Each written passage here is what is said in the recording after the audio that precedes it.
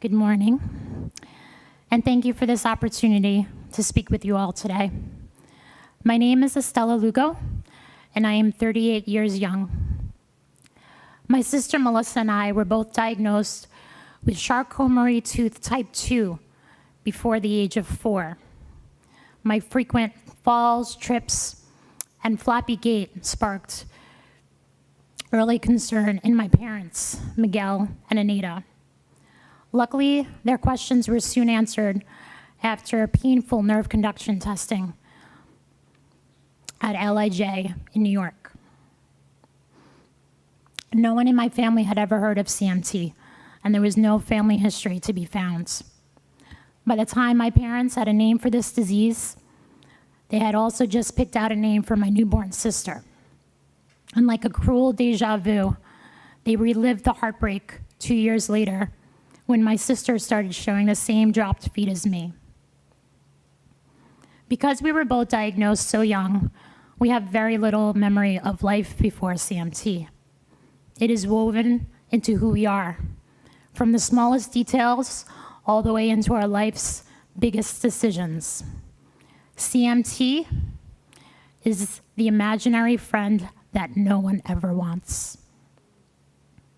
Although it may seem absent to many on the outside, it is a constant and uninvited guest, showing up at the most inconvenient times. It will pull you out of dance class because you can no longer stand on your tippy toes and proceed to kick you off the softball team when you can no longer run or close your mitt around a fly ball. It will stand outside your junior high school just so it can trip you down a flight of stairs.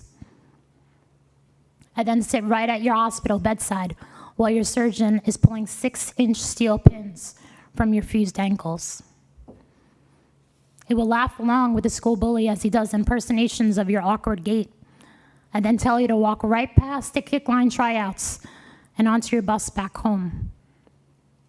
It will grease the classroom doorknobs, making them impossible to turn open, and then cross off fashion design from your career wish list because sewing and CMT do not get along. It will glue debit cards into ATM machines and numb your feet with ice as you sleep. And when you've arrived home safely with your newborn daughter, it will take away half the strength in your arms for the first few weeks of her life and hand her off to others when you're just too weak to hold her.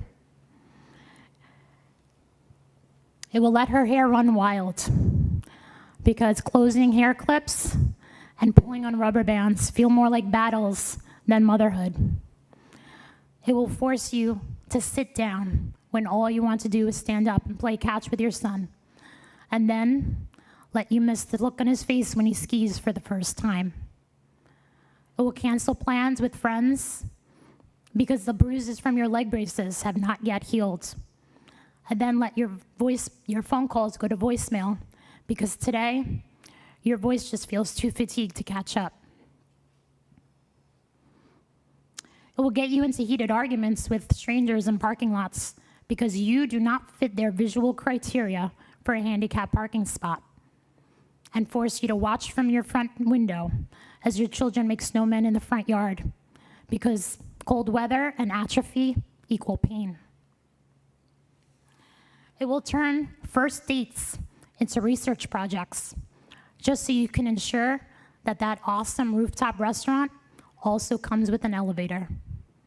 It will do all of these things while remaining unnoticed by those around you. And then it will have the audacity to ask you to smile through it all. And so we do. We smile through the pain, the frustration, the disappointment. We carve career paths around the roadblocks, and we raise children with messy hair but big hearts. We share our stories with you today, not for anyone to feel sorry for us, but to raise the urgent awareness needed for CMT treatments and research. I have fallen 53 times so far this year alone, but I have gotten up 54. To my fellow CMT community, keep going. Keep supporting each other and speaking up. You have the power to impact this world for the better. To the FDA, thank you for listening. May today's insight translate into oversight for tomorrow's treatments. We call on you to improve policies, research, therapies, and the support these families deserve. Thank you.